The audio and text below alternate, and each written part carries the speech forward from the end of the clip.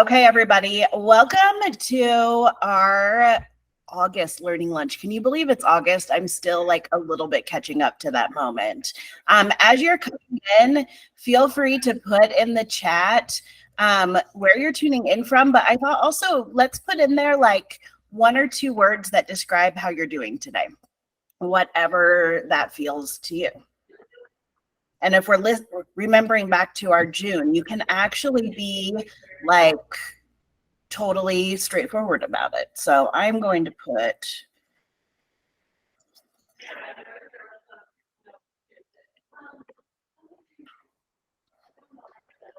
right.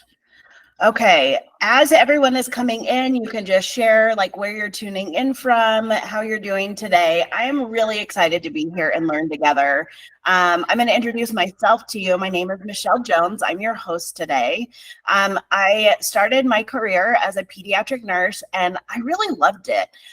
It was so, I don't think it's a coincidence maybe that I'm thinking of this as you're presenting today, Kris, because every time I would go into working as a pediatric nurse at the hospital, I would walk away with such a great perspective on the types of things to be actually worried about in life.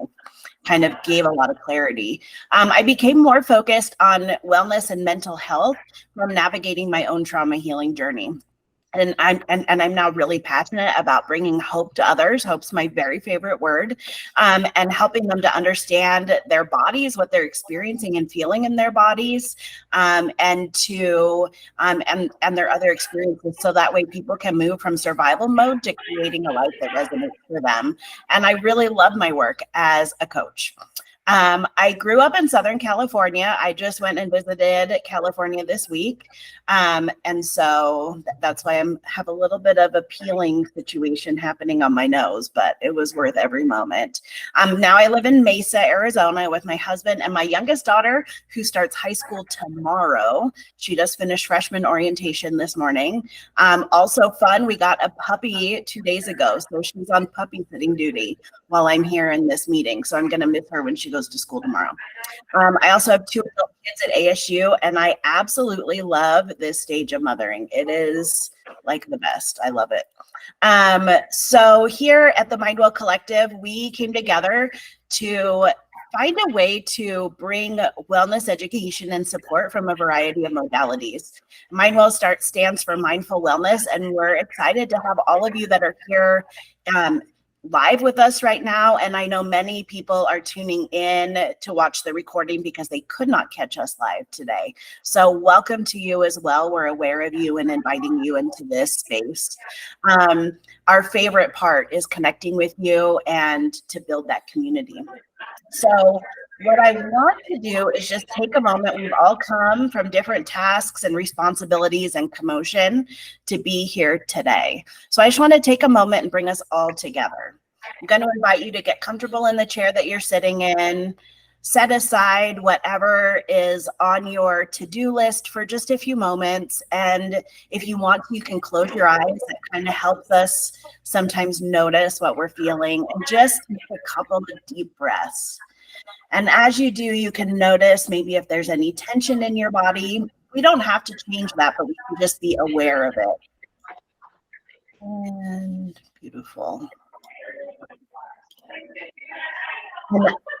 And now, for those of you that have the bandwidth to do so, I'm going to give you an invitation to set aside everything that you have to figure out, fix, plan, hold responsibility and stewardship for. That can be on hold, just set to the side so that you can be present in this space, because this time and space has been set aside. You have chosen into this experience, whether you're here live or tuning in virtually, for connection, compassion, acceptance, and support.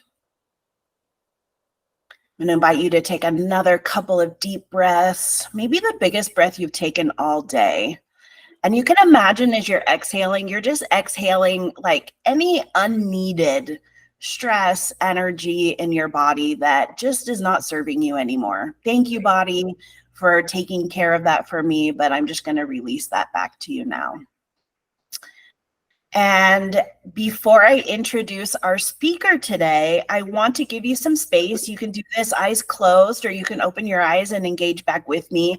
I want to give you a couple of minutes to think about, what do you hope to get out of our time together today? There's a reason why you're tuning in right now. What do you hope to get out of our time together today? How do you want to show up in this space? Or what questions or curiosities are you coming with today? Maybe specifically around this topic of happiness. So you can share, if you want, in the chat what is coming to you, maybe what your intentions are, or that can just be something that we'll revisit it at the end. And I'll just share with you, one of the things that is on my intentions today is to set aside all the other things that I'm keeping track of at the moment, because it's a bit of a chaotic week for me. But I'm giving myself permission to just set that aside and to show up with an open heart and be in the moment with each of one of you and with Kris, and to have a curious mind, to be open to thinking about something new or learning something in a different way, and to hold space for each one of you as well. So without further ado, I want to, I'm just going to give 1 more minute for you to think about that and step into what you would like from this time.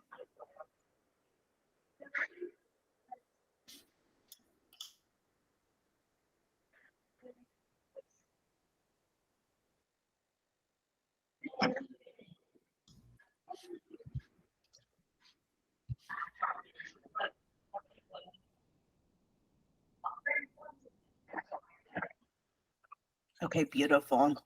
Well, I am so excited about today's learning lunch because I'm co-hosting with Kris Heap. Kris, I've for sure known you the longest of anyone that's on the call today. We have known each other for so long. I've always thought that you have been such a fun and engaging person, and more recently have learned how impactful these ideas. I mean, I just imagine that your mind is always kind of working on the puzzle of figuring out things, because I love the way that you introduce topics. So if you haven't had a chance to learn from Kris yet, you are in for a treat. Kris is an author, a speaker, and a coach, and he helps people find their passion and accelerate their results. So I'm really excited to introduce you to his work, and I'm going to turn the time over to Kris as he discusses strategies for building happiness. I may have phrased that wrong, Kris, so you can correct it. I love how on your profile you list that you are a life catalyst and a happiness expert, and those may not be phrases that people may be familiar with, so you can unfold that for us as well if you would like to. But welcome, Kris. I'm going to turn the time over to you. Awesome. Thanks, Michelle. If at any point, it seems like my network was doing a weird thing for a sec. So if you can't hear me or something's doing weird, just everybody do wave arms at me or something, and we'll figure it out. But yeah, I'm Kris Heap. My day job, I'm a dentist. So I went into that. I was go headed to medical school, and I decided I wanted something that was a little bit more scheduled, family oriented. And then along the way, I found that I had a real passion for making people smile in that way, which has been super fun. But I've always been really, really passionate about self-improvement, self-development from the time I was in high school. I've always loved it. And at that time, there weren't life coaching wasn't really a thing. There wasn't really a field to go into unless you wanted to go into psychology or something like that. And so it just never was an option. But now there's just so much great training and so much more awareness, so that there's people looking for help, in ways that they never were before. And the people I've been able to meet along the way, like most of you, has been just incredible. But I've always been, I guess, naturally a happy person, and I'm always trying to do whatever I can to make others happy, sometimes to my own detriment. And I learned you can't always make other people happy. They need to have tools to make themselves happy. And so I wanted to share maybe some new research, some data, some ideas about happiness, maybe break down some things that we've just carried along for years and years of what we think it means to be happy, or maybe some myths around happiness. It could be that you guys have heard all of this before and you'll just go to sleep, and that's fine. Just turn off your camera so I don't get sad about it or anything. But should be pretty fun. So I'm going to try and share a presentation here, and we're going to see what happens. Let's click here. All right. Okay. Are you guys seeing anything there? Yeah. All right. Cool. Okay. Hang on. It's just thinking. Okay. Cool. All right. So I called this Unlocking Happiness mostly because I never gave Michelle a topic for my thing, and she picked the phrase Unlocking Happiness, and so it just became the title of the presentation. So thanks, Michelle. I appreciate that. But let me start off with something controversial here, if I can get to my screen. I would say the least effective way to find happiness is to try and find it. Searching for happiness really, in the end, doesn't really work, because what it does is it leaves us focused on something that we don't have. So we're always focusing on a negative, and we're always coming in like at a loss. I have to find this thing, I have to find this thing. And you'll see people that will, I mean, they'll go across the seas and study with gurus, and they'll go all over the place just searching and searching and not really finding. And so my goal is to teach people that your journey for happiness only ends when you realize that you had it inside the whole time. And I think when people go, I think of people who go and study Buddhism, or they go study in a monastery somewhere, I think that's what they learned. They didn't find happiness there. They found how to unlock their happiness there. That's the place they were, that they learned, oh, you know what? I have it inside of me this whole time. And so for the rest of this, I just kind of want to talk about how that is that we have happiness within us, how we can affect it, explore it, learn about it, and then be as happy as we can possibly be. So we'll jump right in. I'm going to say 5 secrets about happiness, and maybe they're secrets and maybe they're things that just people don't realize. But number 1, we are terrible predictors of our own happiness. We're super good at predicting pleasure, like something that will feel good in the moment, but not so much with happiness. And I put a Snickers bar because that's my favorite, but I predict when I'm at the grocery store that I see that Snickers, I'm going to eat it and it's going to make me happy. But then 10 minutes later, I feel guilt and horrible that I ate the stupid Snickers bar and either ruined my diet or just the way it made me feel. So we're really good at predicting an activity that will give us pleasure, but we're really bad at looking at what's going to give me long-term happiness. And those two things are so different, and people don't really realize that. Secret number 2, happiness is not a steady state. We see people that are happy and we think, oh, they must just be happy all the time. And that is just not even the case. In fact, if you were happy all the time, you wouldn't even know what happiness was. If you're happy all the time, that would just be a baseline. That would just be normal. You have nothing to compare it to, right? Happiness only happens when we have the ups and the downs. And so learning how to manage the ups and the downs can minimize the swing in our mood, and it can make us seem like we're more happy. But really, the goal isn't to be happy all the time, because that would actually be kind of boring. You'd get really sick of it. After about a day, you'd be like, well, this is normal now. And then you have to find the next thing that you would consider happy, and you would chase it for forever. It just would never work out. For example, if we're sitting on a beach, and maybe this is your favorite place. I'm more of a mountains person, not a beach person, but my wife's a beach person. Okay, so you're completely happy, and let's say you've got not a care in the world, and everything's wonderful, complete happiness. Now that can't really last forever, right? Because there's always the next day when you get home, and it looks totally different, right? You got all the laundry to do, as everything just comes crashing back. And so it isn't necessarily being on the beach. You couldn't be on the beach every day, all day.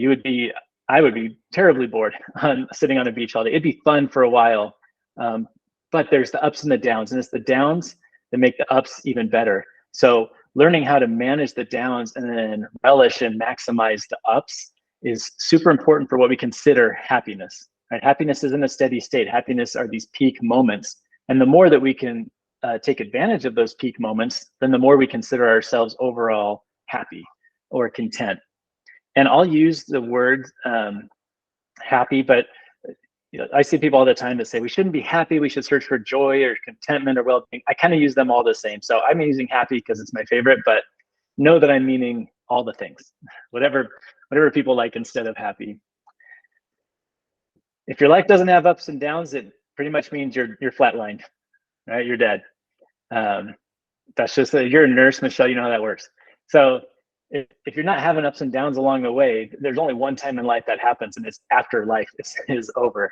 Everything's ups and downs, and that's just normal. And it's actually for us to think that we can change that, to not have ups and downs is really futile. I mean, for us to just be like, I'm going to find a way to be happy all the time, that's not even life. I mean, life's not even designed to be that way. Our bodies aren't designed to be that way.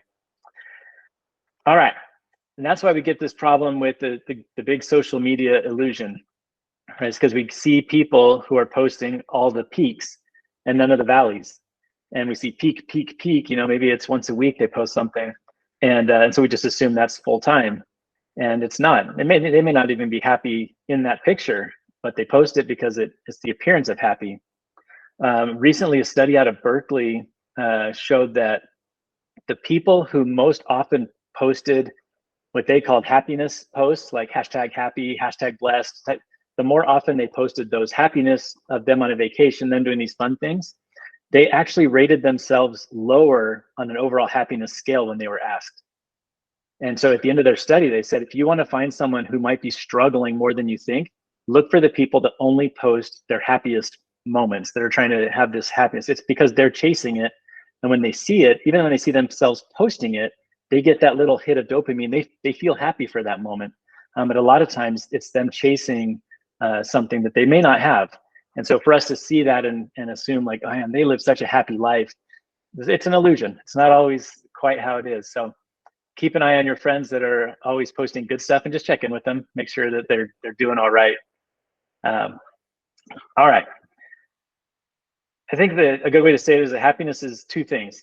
It's relishing the ups and then finding meaning in the downs, right? We don't have to, when we're in a trough or in the valley, we don't have to just go into a total despair. That's an opportunity for us to think about, okay, what can I learn from this moment? Why me? Why in this moment right now? Why am I the person going through this? And what's the lesson I'm supposed to learn? And I think that helps us to manage the valleys a little bit better, is to see a longer picture. When we can see the whole graph that we're going to sometimes be up and sometimes be down and sometimes be up again, I think it makes the lows a little bit more manageable. And so just remembering that when you're not feeling happy, it's okay. Like that is totally fine to not feel happy, 100%. It does give us a moment to pause and be like, okay, is there something I could do to change my state? Or is there something I can learn that in this moment that's going to help me when I get to my next peak? One time I heard Tom Hanks in an interview, and he said that the most important things he learned were the words, "This too shall pass." And he said, when you're up high and he's won an Academy Award, this too shall pass. Like the good thing is going to pass. And when he's at his very bottom, this too shall pass. It's not going to be there forever. And so even at the highs, you don't just think, well, I made it, I'm good, because it's going to change, and that's okay. Like everything passes into the next phase and the next level. And so we just have to learn what we can as we ride every single wave, the ups and the downs. Next secret, everyone has a happiness thermostat. And it's something that you're just born with, 100%. You see people, we're all totally different. You see people that are genuinely pretty positive, and you see people that genuinely struggle all the time to find what they would consider happiness or contentment. As much as 50% of our happiness is genetic. It's just genetic. It's just the way that our body produces some certain chemicals, which we're going to learn about later, that we can't control. So right off the bat, up to 50% of our happiness is not in our control all the time. Now, it doesn't mean we can't change it or affect it, but you're kind of born that way to an extent. And so it's good, I think, for us to realize, especially for those of us who are coaching or giving advice, to realize that not everyone can just turn on happiness or turn on even positivity. their natural state might be a little bit lower, a little bit different. And what they consider happiness might be different. If for me, happiness is a 100, for somebody else, happiness might be getting to a 60. And for them, that's awesome. And they're super excited about it. And so comparing somebody else's level of quote unquote happiness is tricky if we're trying to compare it to ourselves or to another person. And so just knowing that people have that genetic predisposition one way or the other, I think can give us a lot more empathy towards how they react and how they respond to just different life events or to coaching or whatever it might be. Okay, let's go to number 4. Drugs cause happiness. This probably be on the surface the most controversial thing I'll say is that drugs cause happiness. But we're going to explore these a little bit. And I'm not talking about obviously street drugs or recreational drugs, but our body produces drugs inside all the time, thousands of different kinds of drugs. And there's 4 that I want to look at that are called neurotransmitters. And so they're the ones that get into our brain, made from different parts of our body, but they make it to the brain. And the levels of those different drugs or neurotransmitters affects our mood, our happiness, our well-being, our relationships, all the things. So we're going to jump through these 4. I keep forgetting to switch over. Here we go. The acronym DOSE is the way to remember the 4 of them, as DOSE. And getting the right balance of these is pretty crucial. When they get out of whack is when we run into some problems. So the first one is dopamine. And dopamine is called the habit drug. Good habits and bad habits. So when it's the one that gives us those like little when you're like have a checklist. I think I have a slide actually. That little zing of joy you get when you complete a task and like yes. Or I know for me, like I love lists, like checklists, and when I can put a little box next to it, like I get that little like yeah, I did it. I don't know if you guys are like me, but sometimes I'll do something that wasn't on my checklist and I go write it at the bottom of my to-do list and then check it just because I get that little accomplishment, right? You guys do that too? Okay, cool. It's dopamine. You get this little dose of dopamine, and that's what helps us to form a new habit, right? So if we do something and we see a good result, our body's like, hey, good result. I like that. Here's this little hit of this. So that it'll entice us to try and do it again next time. It's what helps us build long-term projects, so we can work on these short-term little tasks, get a little bit of a hit, but we're working towards a long-term goal. And that's why it's important with goal setting is to not just have your big vision statement, but to work it all the way back down to these short-term, maybe even daily goals, because you can feed yourself this little hit of dopamine, which will keep you going when things can get a little bit tricky. Dopamine is a great one. We're going to talk about some of the perils of dopamine later, but we're next going to talk about oxytocin. And oxytocin they call the hugging drug. This is the neurotransmitter that it gives us feelings of calm, safety. It's a lot more of a long-term thing than dopamine is. It's the chemical that gives us the feelings of love and friendship and trust. And we can get it when we work together with other people, when we're part of a community, giving gifts to people, when we can open up, you've had something that you've been bottled up and you open up to somebody, giving attention to people. It's basically there because it helps humans form community and society so that we could feel linked together, where otherwise we'd just be all lone wolves doing our own thing. But it's there to help us bond. It's like a bonding thing that's super important. The nice thing about it too is you can get it whether you're giving something or receiving something. So you'll get a release of oxytocin, not just when you receive a gift from somebody, but also if you're the giver of a gift, you get that hit of oxytocin. When you give long hugs or do something kind, both people get this hit of oxytocin. And I think that's just super beautiful how that works as a community, family, friendship builder, is that it's not a one person effect. The event happens and both people benefit together from sharing that moment. I think that's just awesome. Super cool. That's oxytocin. Great at fighting stress, relationships, positive emotions. The next one is serotonin. And serotonin they call it the leadership drug. And they call it the leadership drug because it's the one that the feeling we get, a sense of pride or accomplishment, recognition, status. It's the type of thing that wants us to achieve or to grow. And if you're like me, I'm like a total attention whore. I love accolades. I probably have a serotonin addiction, I guess. So it's like it's meant to help you want to do better. But I don't know. I have a love-hate relationship with pride and like feeling proud of myself, and so I got to work on some serotonin things, I guess. But it's the feeling that helps you want to be a better, be a leader, help other people. Some examples could be receiving your diploma, finishing a race, being appreciated for hard work. It's the one that wants us to succeed. Now, the cool thing is this chemical is also one that helps us want others to succeed. So a good example would be if, let's say you had a boss, or let's say you had a mentor, and when let's say your mentor got recognized as one of the top in their field in the world, you would feel a sense of pride because that's your mentor. You're happy for them, not because your mentor. You wouldn't feel like, well, my mentor did better than I did. You know, you almost participate in his pride and his excitement because they were your mentor.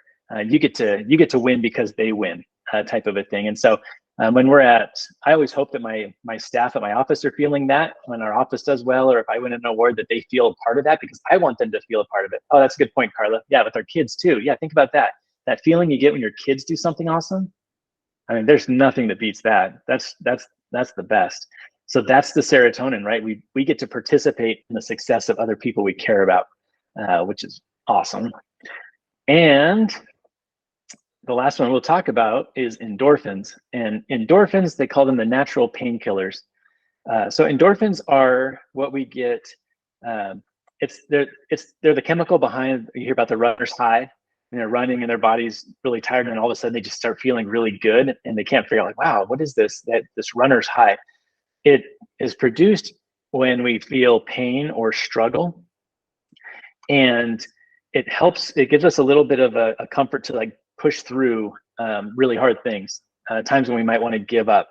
Our body just gives us this little push, like, hey, just keep going. Here's this thing to not focus on the pain, just so you can feel a little bit better. Like I said, it produces that runner's high.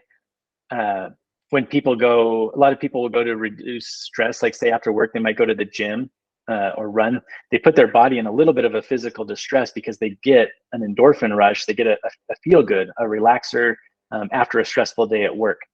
If you follow, what's that guy's name? Wim Hof or whatever, the guy that does the ice baths, or people that are doing all the ice baths now, which I can't bring myself to do. But afterwards, they always say they have this like sense of well-being. They feel really good. Their joints feel better. They feel less pain in their body. They're getting this endorphin rush because they put themselves purposefully in pain for a little while.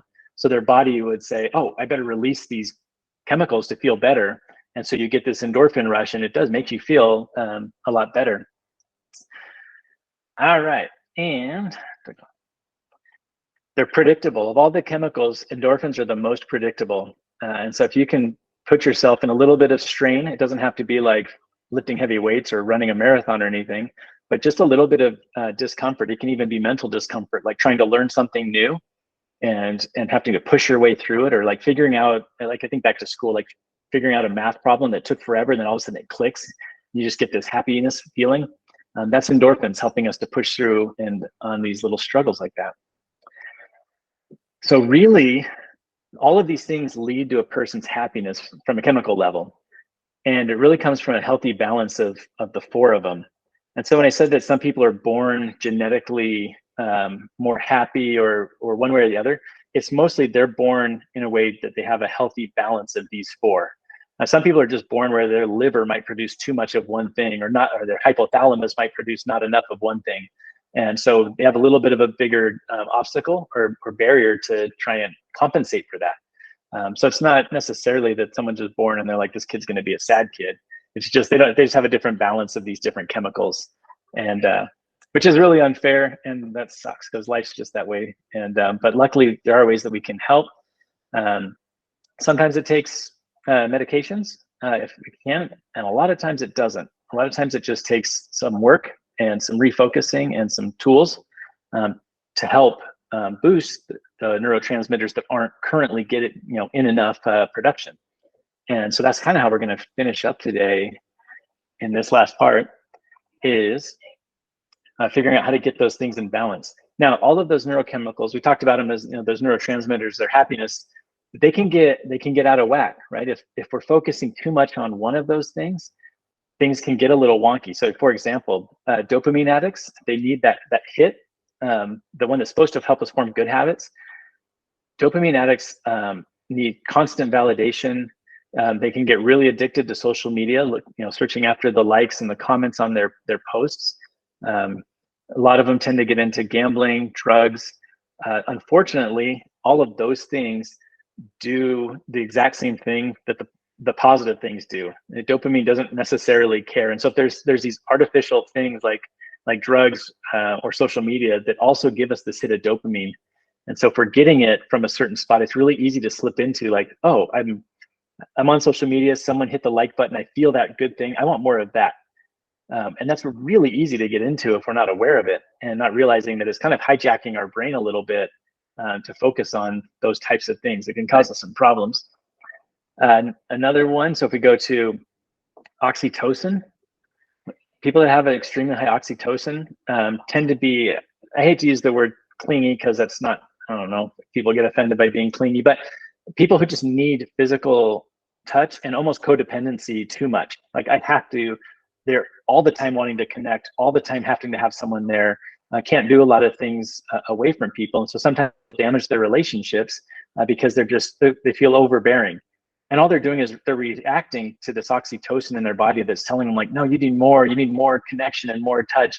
And sometimes that can be hard on other people who aren't aware of what's going on, because they just think, oh, that person's clingy, that person's annoying, they're always there, they're always right by me. And that's just their body responding to a neurotransmitter. But that's kind of what's behind that one. Serotonin addicts tend to achieve or crave achievement and status over anything else. People who just get really locked into that serotonin feeling, people that maybe like climbing a corporate ladder and like they're cutthroat. They'll maybe spend too much time away from friends and family and relationships in order to get the promotion or the next job level. Because when they get to that next level, they feel that little serotonin rush and it's like, I did this, I accomplished this thing, I did this on my own. It's there to push us to be better, but it can get out of control when it pushes us to only look for that and to avoid all the other just good parts of life. And you see people all the time that they make it to the top and then they look around and they're like, I have nothing, I have no one to share this with. I have nothing other than this award or this job or this paycheck or whatever it might be. And they tend to run into some really tough mental issues at that point, because everything they thought they wanted, they got, and then they realized they didn't have almost anything. It's because they focused only on that serotonin push. And then the endorphins, last one, they're finding that people that are more likely to self-harm tend to have a higher response to endorphins in their body. And so not always, I think before they always thought, let's say like teenagers that are like cutting, they're not, I always just thought, I was taught that like, oh, it's an attention thing. It's an intention thing. They don't really want to commit suicide. They just want you to see that they tried something. Well, they're finding that a lot of those kids actually are feeling an endorphin rush from the pain of doing that. And a lot of times when they're feeling numb to a lot of other parts of life, not feeling connected, not getting any of these other neurotransmitters nurtured, the best they can find is, okay, I can create pain, which is going to release in a weird way these endorphins in my brain, so I'm going to feel better. And kids, especially with teenagers, they're young, they don't know how to like think through that very well, and so it can be a struggle. But I was happy to learn that, because I always just kind of think like, oh, that's just attention. They just want attention, and really not. They're trying to fill a void or a gap, and they're feeling something good when they do it. And so anyway, helps me have a little bit more compassion personally. Okay, that was that was a long secret number 4. But secret number 5, happiness is not a destination, it is a side effect. that's kind of a weird statement. It's a side effect. How is happiness a side effect? So I think we can, I think most of us would agree that in general, we think of happiness as like, I made it to happiness, like I got there. And really, there's nothing about getting to the end of a journey other than maybe the hit of serotonin that really produces happiness. I think most of us, if you've been on the long journey, you look back and you realize that the happiness was the journey. Like it was a part of the journey. I think back to all the hard years I did in college and dental school, and I look back on those and I'm like, man, I loved those days. We were dirt poor and we were on welfare and it was tough. But I look back on those as some of my favorite years of my life. And so happiness isn't getting to the end, right? Happiness can happen all along the way. And I'll show you what I mean when I say it's a side effect. Here's a little formula that I saw somewhere, and I'll show you what each of these things mean. So H is happiness. And here's some different factors, and these percentages kind of go all over the place depending what you read. But so H is our happiness, our state of contentment or well-being. And to get happiness, it takes into account genetics, and we talked about that. What's your happiness thermostat? Then it'll take into account some things that you have some control over, some not. So circumstances. Definitely, if your basic needs aren't being met, as far as food, shelter, love, that's going to make it a lot harder to feel happy. So depending on what our situation is, the circumstances in our life at that given moment. And then the last one is our actions. What's under our immediate control? What can I do right now? Now, like I said, the percentages of how important each of these things are is totally different depending where you read. But in general, they kind of break down like that. A lot of psychologists will say that 50% of your ability to feel happiness is genetic. We talked about that. 40% is on your surroundings, what's going on around you, where you're at in life, everything, health, community, those things. You have a healthy community that you're a part of, how much education do you have on life, marriage, all these things. And only 10% is something that we can actually do something about at any given moment. And that seems really low, 10%. But the cool thing is that mastering the 10% can then affect the 40% that's right above it. And potentially it can overcome some of the 50% of the genetics. We can't necessarily always change our genetics, but we can compensate in the right ways for where the genetics have kind of failed us a little bit. We can bolster and boost those things with certain activities. And so really the goal, and this is anytime I'm working with someone or coaching, is trying to teach them how to master that 10%. Right? What are the things that we can do when we're feeling down, when we're feeling up? What can we do that are generally proven over time things that we can do to feel more happiness and contentment? So here we go. The first one is to connect. Right? The more that we can connect with other people, the more that we can get those hits of the oxytocin, the feel good. People that tend to get into depressive thoughts, if you notice, they tend to retract, right? Kind of become just more and more isolated and into themselves and into their own thoughts. And so if we're feeling like we're not feeling well or like we're out of balance, a great thing is just to connect with someone, even if it's just send them a message, a text, a message through Facebook, a phone call, visit, just do something to reach out and just connect to another person or a community. It really takes about 30 seconds to send someone a text saying, hey, I really appreciate you. You've always been great. And we get the benefit of that oxytocin hit from that. And feeling connected gives us more purpose and a better feeling of general well-being. And so connecting is vitally important. That's why I made it number one. Number two is exercise. And like I said before, it doesn't have to be strenuous, sweat all over the floor type exercise. They found recently, and I can't remember where the study was done, but people who just walked 20 minutes a day had a 43% less chance of depression. So they could reduce depression by 43% by 20-minute walk, not a run, not a weightlifting, just getting outside and walking. So getting just those nice positive endorphins, those little painkillers going, getting our bodies moving And I think with the exercise also, it's just getting out of our environment. Sometimes just the environment we put ourselves in has to change for us to be able to change. And if we're just sitting in the same chair that we always have our depressive thoughts in, it's not going to change unless we move and get out and change the environment a little bit, change the circumstances. Number 3 is to learn. Learn something new. And it really doesn't have to be anything major.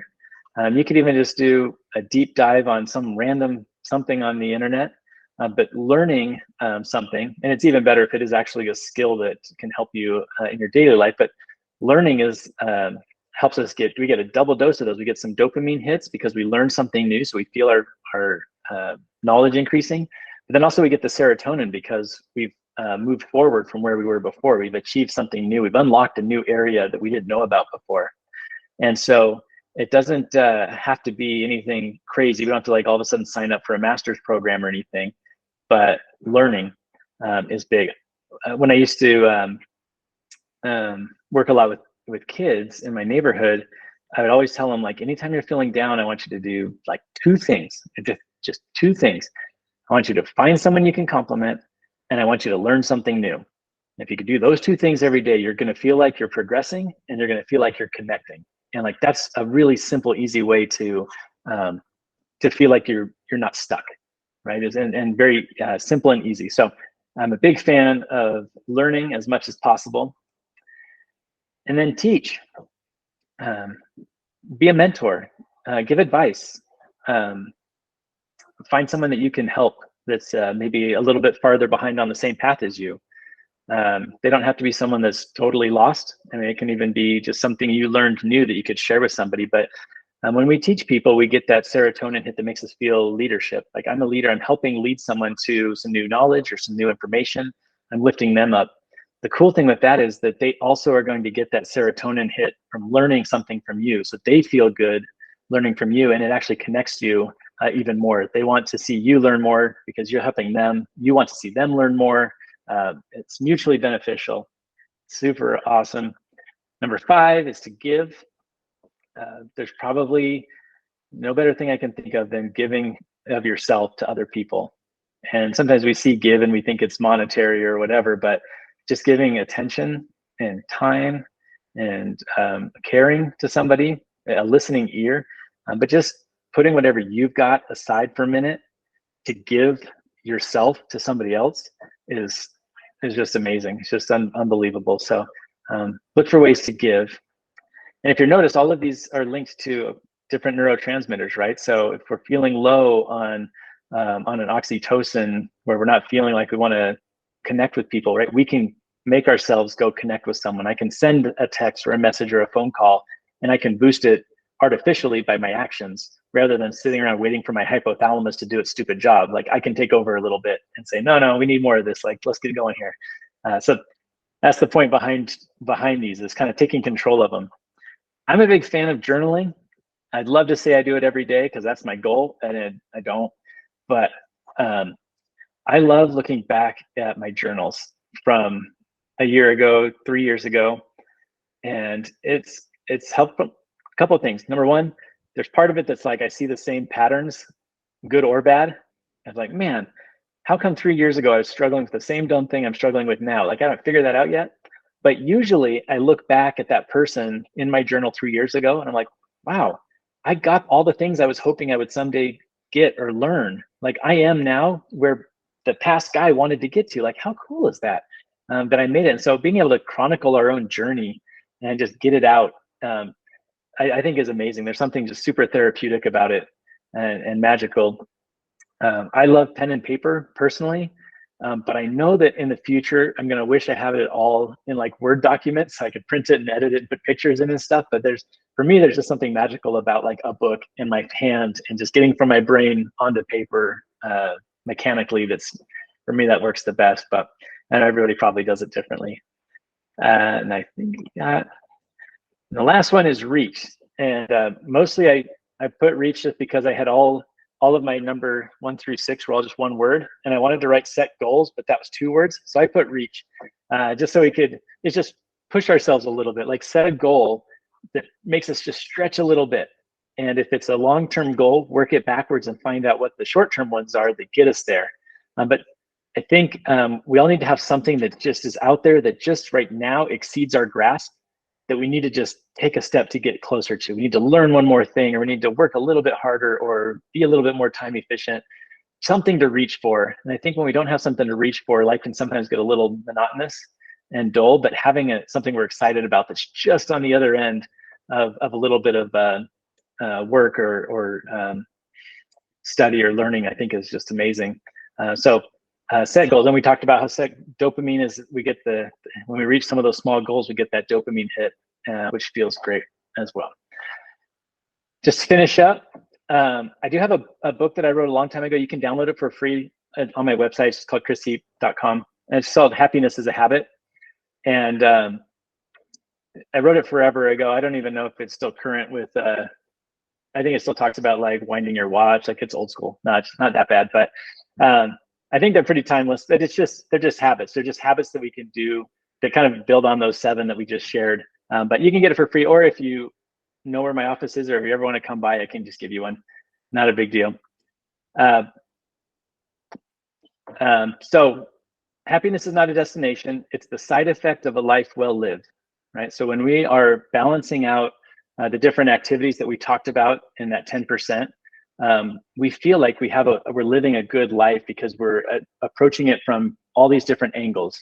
It's not a good life just because I became the best dentist in the whole world, right? It's a good life because I spent time with people I loved, and I tried to be the best dentist in the world, and I helped other people around me, and I did this. Like, I think for me, that's like a life well lived, is this very well balanced life. And so I think happiness is the side effect of us trying to do that. We do those things, we receive hits of all those different chemicals, our body kind of reprograms a little bit, and we feel happiness and joy, and a little bit more perspective when we're not feeling the happiness and joy. We learn that that's okay. And then lastly, I just want to say that you can't find happiness by searching for it. You can only find it by creating it. I think it's inside of us, and I think sometimes it's locked down pretty tight, but we all have the key, or we can find somebody who has the key and help us find that we also have the key, and we can unlock it, and we can start to experience these things on our own. Well, I can't say on our own. On our own, we can build communities, but we have it within us. It's not something that has to be given to us externally. And so that's what I've got for you guys today. And thanks for no one for falling asleep that I can see, but I can only see 2 of you. And but I really appreciate you guys. And I will say, I learned so much from all of you guys that I've been able to listen to and hear speak. You guys are an amazing group, and I really sometimes don't even know what I'm doing here. But thanks, Michelle, for letting me in. Oh my gosh, I love that. Kris, I love the way that you like pulled all these pieces together and gave it such a useful structure to kind of connect a lot of dots that like there's pieces that we know and understand, but you put it together in such a way. I actually made my own list that was like, what is my current dose like as I'm taking that in, and what am I needing more of, and what can I add? So I love that that's just such a clear way to bring all these concepts together. One of the benefits of all of us being here live is that we have a chance to ask Kris some questions. If anybody has a question, you can throw it into the chat, or if you want to hop on and chat with us on camera, you can do that too. So I'm going to give a moment in case anybody has a question that like came up for them. One of the ones, while people are kind of thinking, one question that I had for you was like way back when you were kind of talking about the arc, right? Like kind of relishing those high points, but then the finding meaning in the low points. And one way that I've thought about that, but I like how you said like finding meaning in it, because sometimes for me, it's about like learning that even in these moments, I'm okay. Like learning that even though all of this is going on, that I can still thrive and be okay even here, right? But I'm curious if anything comes to mind to like a time in your life where like I guess an example of like how you translated a low moment into something that you felt meaning in. That's a great question. I can't think of, I don't really necessarily genetically was never given the ability to cry. very well. I think I can think of twice. Not that I don't want to. Like, there's so many moments where I'm having these special moments with people where I wish that I could try and demonstrate to them like how I'm feeling.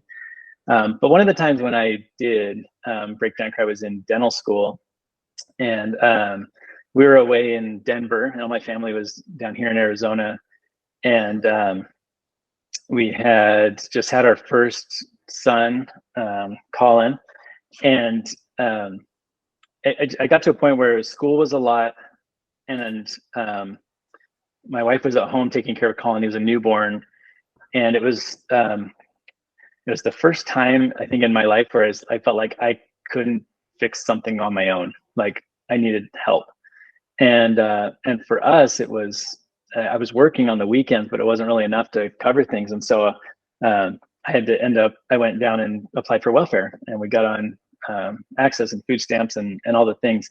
And the way I was raised in my family, that was the worst thing in the world you could ever do, was get government assistance. I mean, I didn't even tell my parents that we did it because I was afraid of what they'd say.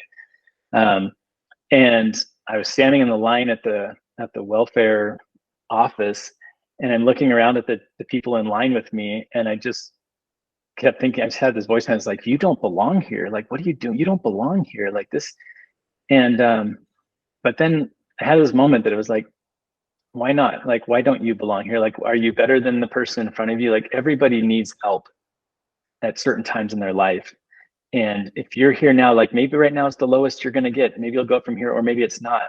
But find out why everyone needs help. Like, learn about needing help and being able to depend on other people. And it was super helpful. And it helped me process a little bit of the emotions of accepting welfare money. And I guarantee you that the government's got it all back from me since then. But just being in a position that I never thought I'd be in opened my eyes a lot to being like, you know what, it's part of a journey. Like, every one of my favorite adventure movies, the hero goes through a horrible time when they want to give up. Like, why would I assume that I don't have to go through a really hard time? Like, it's part of what makes me who I am. And so that was one of the only two times I think that I can remember crying in my life, was standing in the welfare line in downtown Denver. Wow. As you were saying that, I was thinking about, that's where, at least in my experience, that's where my compassion comes from, right? Being in these moments, like, I remember moments, like, for me, some of those moments were like not having a clue what I was doing, parenting, and feeling like I was like ruining my kids, and I'm exhausted and overwhelmed in, right, those like early days of mothering. But now when I think we can develop it, right? It's not automatic that we develop compassion, but we have this opportunity to develop something of ourselves because of this experience. And now when I see moms who are in that younger phase of mothering, I don't feel ever judgmental. I just feel like compassionate and like, is there anything I can do? Can I carry that for you? Can I let you go in line in front of me? Like, what can I do? Because I know how that feels. And now I just have compassion for you. Where, I kind of joke, as a pediatric nurse, I became a way better pediatric nurse once I was a mother, because I would get so annoyed with the mothers sometimes, like, oh my gosh, you're asking me so many questions. And then becoming a mother, it helped me to have so much compassion and like, yes, ask all the questions. If I were you, I'd be asking them too. And so sometimes we really can't do that one step that you have of like give and connect in ways until we've experienced some of these low moments. It's like part of our humanity is that we experience those lows with it. Yeah, I love that. I remember how judgmental we all were before we had kids. Oh, 100%. Or like Harry Potter, like, we're going to become an insufferable know-it-all if we don't have challenges, right? Carla. Right. I was just going to say, it's not really a question, but that slide that you mentioned, Michelle, like really stood out to me too. And I remember like my parents passed away in 2019 and 2020. And it was kind of a long journey of their health declining, before that. And there was a time where it was like, we had these joyful things happening in our life, and then like this deep sadness, right? That was kind of like over a very extended period of time. And there were times where I felt consumed by the sadness, and I felt bad to feel happy for the happy things that were happening with our kids or whatever. And I had to learn how to like let happiness and sadness sort of hold hands. And what I learned in that was that the joy in my life helped me walk through the sadness in my life, and they needed to go together. Yeah. And this That's such idea, a cool phrase. yeah, The happiness and sadness holding hands. yeah. And also, like, another thing I've noticed that comes up too is that people, it's almost like they don't think it counts, like relishing that high point. Well, it's not like that high of a point, so it doesn't really count. Like, no, it counts. Even if it was like, oh my gosh, I'm loving like the beauty of this sunset, like that counts. That counts as a happy moment. Like, let it count, right? It doesn't have to like meet a certain threshold for it to be like qualifying as something that makes us feel happiness in that moment. Okay. I just want to give us a moment. If you reflect back on what your intentions were at the beginning, what was your intention coming into this space? I want for you to reflect for a moment. What really connected for you? What do you notice about that intention from the beginning? Is there an action you're feeling moved to take? Is there a person you want to connect with?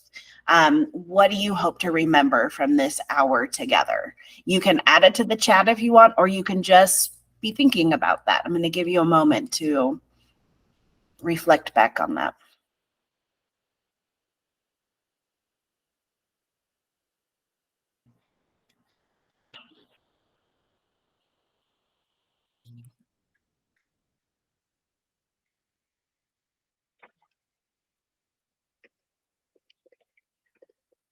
Judy, I totally second your thought there.